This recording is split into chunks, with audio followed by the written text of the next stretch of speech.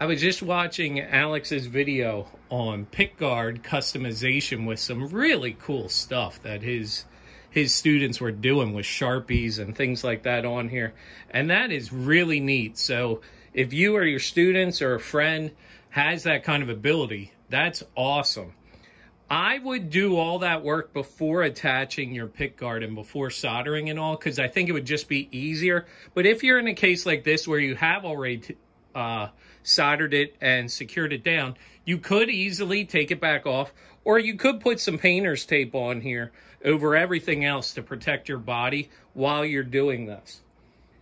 What I want to go with is a little bit of an easier method, and that's the idea of just using stickers. Now, you go on eBay, Amazon, you go to certain grocery stores and places, and you can get stickers everywhere, right? You put in 50 cents, you push it in, pull the thing out, and you get a sticker, right? So there really isn't any shortage of stickers out there. But let's just talk about some of your options. So this is one I really like, definitely hits home. So if I was doing something like this, I could put it right there, and that just gives just a little touch, right? Not overly busy or anything like that.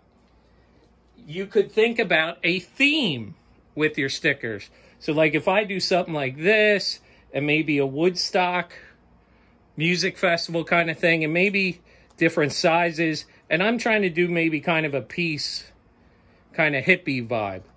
Now these ones here, they're obviously covering the pickup, so what would I do? I would go in and slice them so that the round part almost has a flat on it so that they fit in there a little better. And that could be a real nice touch doing something like that.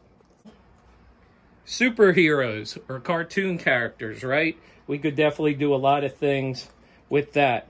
If I was doing this, notice how I'm doing all these with no sticky, right? Obviously for the video, but I would take time doing these to figure out how I wanted them. And again, experiment with different size stickers as well. And I'd probably leave them set up on there overnight, then come back in the next day after I slept on it and just look at it. See how it strikes you. Just like that. Look at it, pause for like 5 seconds, 10 seconds, and see how it strikes you. Gotta give a shout out to my man Bobby Hill. Look at him. He's got the horns up. Rock on, Bobby. Favorite band, if you're Mr. Ward and you love AC/DC, maybe you go there. Collective Soul. Again, I could cut that around the pickup, so that could be really neat. Or you have a great band like Pearl Jam. Get that on there. Different options with that. If you had a Van Halen sticker, that might be appropriate for this one. I will say this. Whatever you do, you got to think about how it all ties in. So with this guitar, stickers on here would really make it super busy because the body's already busy, right? You got to think about the flow. You got to think about when it's back on a table or hanging on a wall, what is it going to look like? What is somebody's eyes going to do? And if people's eyes don't have flow, it's not going to be pleasant to look at. They actually won't enjoy looking at it. So you have to think about that. So number one, I would not be putting stickers on this one because of the paint job I did. Now, it's green and white because that's where I teach school colors of Penn Ridge.